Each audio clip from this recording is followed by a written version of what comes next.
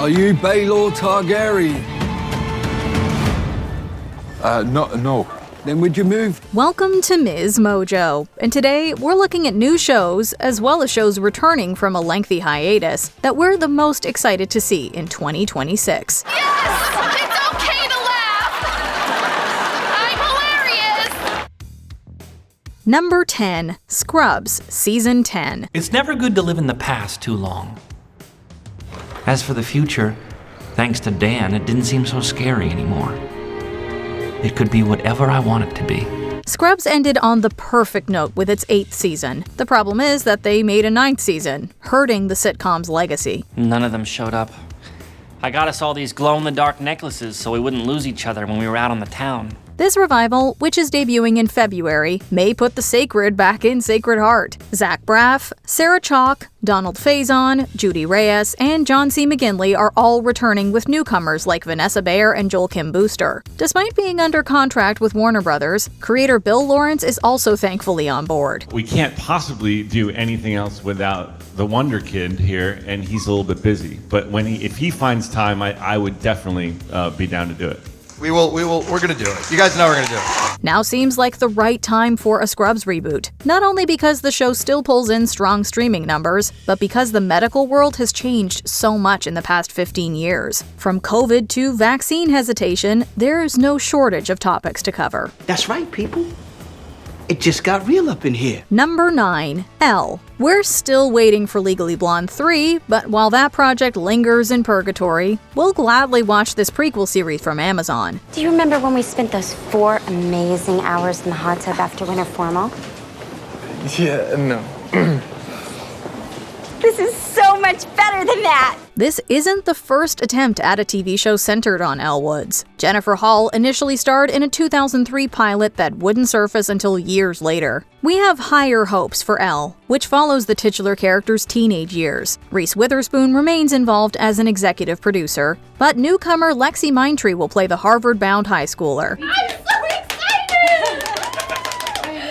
excited! Me! Witherspoon was inspired to take Elle to high school after watching Wednesday. The 90s setting, mixed with the franchise's signature humor, could give us something along the lines of the Clueless TV series, except, better. We'll binge this in a bend and snap. Oh my god, the bend and snap works every time! Number 8, Vision Quest. Marvel's Disney Plus output has been more misses than hits as of late, but 2026 may be a return to form. Humans are odd. They think order and chaos are somehow opposites and try to control what won't be. But there is grace in their failings. Wonder Man has the potential to be a fun satire, touching upon the oversaturation and fatigue of superhero movies. We're most excited for Vision Quest, which will see Paul Bettany return as the AI who's been MIA since WandaVision. I have been a voice with no body. A body but not human, and now a memory made real.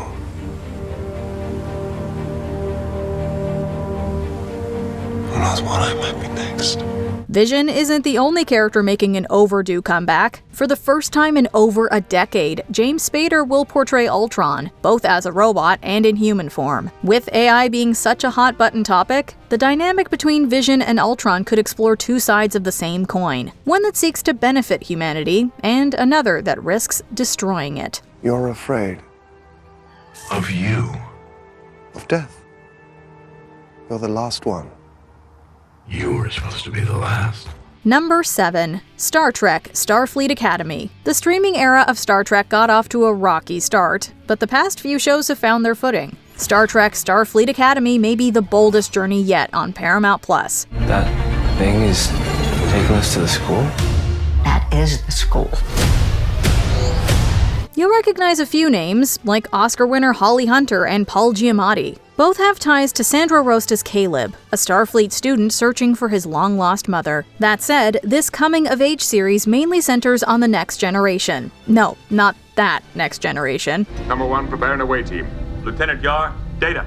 Commander, I recommend a minimum complement. While a Star Trek show set in classrooms might not sound compelling, much of the action will take place on the USS Athena. This will allow for more exploration as our young cadets find their place in the galaxy. It's time for you to stop telling the story. Be a part of it. Number 6. American Horror Story, Season 13.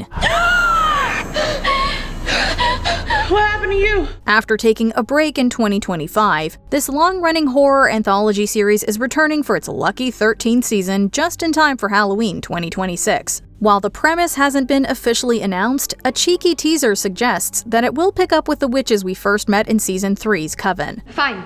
Okay, I'm back in. What? It's only fair.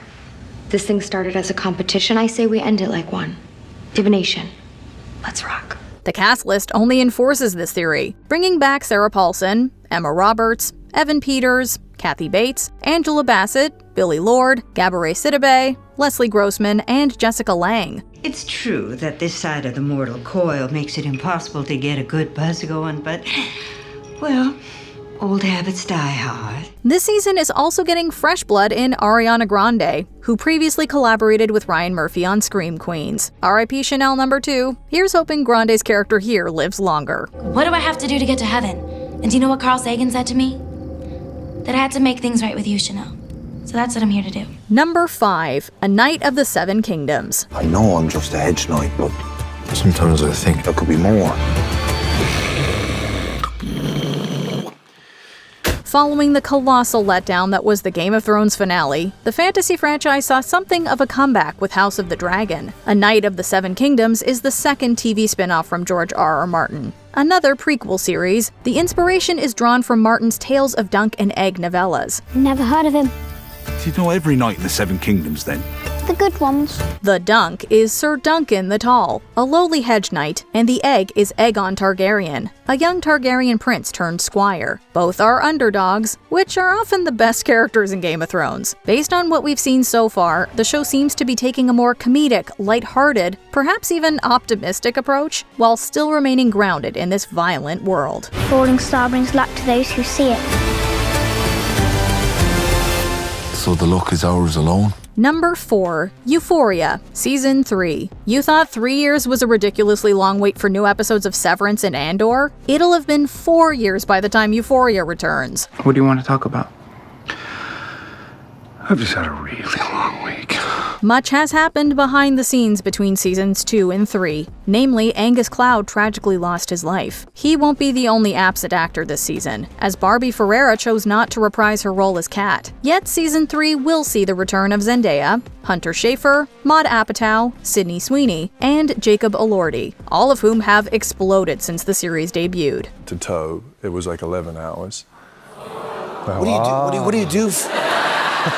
I mean, 11 hours in makeup. That's before you work. In that sense, we're not surprised Season 3 took a while to complete. So long, in fact, that the characters will be out of high school, opening them up to even more adult stories. Keep looking, you mook.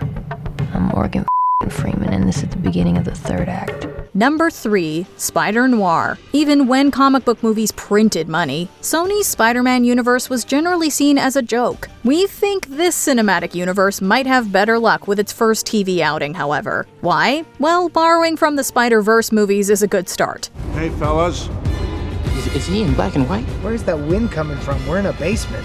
Wherever I go, the wind follows.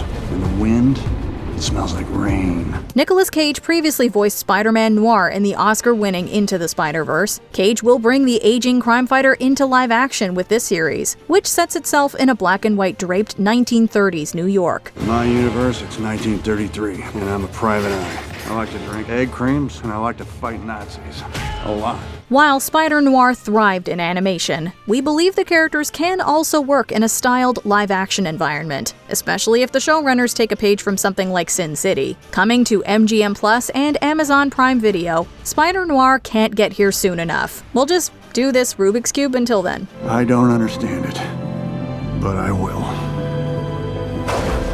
Number 2. Blade Runner 2099. Blade Runner and its 2017 Legacy sequel are two of the most thought-provoking and visually stimulating sci-fi films ever made. Sadly, not nearly enough people saw them in theaters. In the face of the fabulous new, your only thought is to kill it? For fear of great change? You can't hold the tide with a broom. Except that I did. The good news is that this miniseries won't have to worry about the box office. While Silka Luisa of Shining Girl serves as the showrunner, Ridley Scott will be an executive producer, along with Michael Green of Blade Runner 2049. You realize you are now doing fan fiction at a really fun, high, expensive level, because you're writing fan fiction with the person who wrote the fiction. So if you can get past the intimidation, start talking to them about it, it is so much fun. Academy Award winner Michelle Yeoh leads the cast as a replicant whose life is coming to an end. Hunter Schafer also stars in an Amazon Prime Video series that promises to deepen the franchise's lore, while also seeing it into the future. Will Harrison Ford make a cameo, though? I had your job. I was good at it. It was simpler then.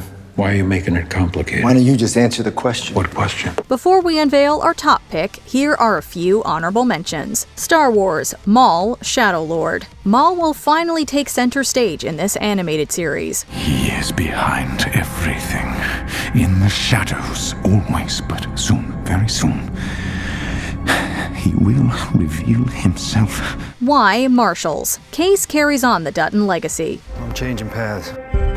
Trying to find a new beginning. Crystal Lake, a Friday the 13th series, produced by A24. We're there. You neglected to mention that downtown they call this place Camp Blood. Next, you're gonna tell us there are poisonous snakes in the outhouse of the crocodiles. No, the crocodiles are in the cabins. Hollywood Arts. Trina Vega is staging a victorious comeback. If you look at the flyers that just landed on you, you'll see that starting this Friday night, I will be performing my own one-woman show called Trina, with an exclamation point. Love Story. Ryan Murphy goes from horror stories to a Kennedy love story. He went to great lengths to keep his marriage to Carolyn Bessette a secret and to marry on an isolated island off the coast of Georgia. Before we continue, be sure to subscribe to our channel and ring the bell to get notified about our latest videos. You have the option to be notified for occasional videos or all of them. If you're on your phone, make sure you go into your settings and switch on notifications. Number 1. Lanterns. If that 2011 movie was the blackest night, then here's hoping that this HBO series is the brightest day that we've been waiting for. I know that humans aren't the strongest species, or the smartest. We're young, we have a lot to learn, but we're worth saving. With James Gunn's Superman and Peacemaker Season 2, we already met one cast member in Nathan Fillion's Guy Gardner. As the title suggests, though, this show isn't about just one Green Lantern. This is a story of a couple of Green Lanterns, Jon Stewart and Hal Jordan, and we have a few other lanterns peppered in there, but this is really a terrestrial-based TV show, which is almost like True Detective, with a couple of Green Lanterns who are space cops watching over Precinct Earth. Kyle Chandler and Aaron Pierre will lead the series as Hal Jordan and Jon Stewart, respectively. What has us just as excited is the talent behind the camera, which includes Damon Lindelof of The Leftovers and Chris Mundy of Ozark. The latter also worked on True Detective, which is fitting, as Lanterns will also include a murder mystery. Lanterns just might be the envy of every other superhero show. Back off, Guy. Make a move, Big Blue. What show are you the most hyped to watch in 2026? Let us know in the comments.